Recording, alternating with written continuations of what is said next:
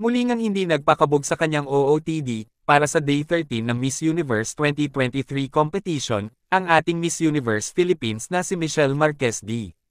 Kung saan, ito rin ang araw ng closed-door interview niya at ng Miss Universe 2023 preliminary competition.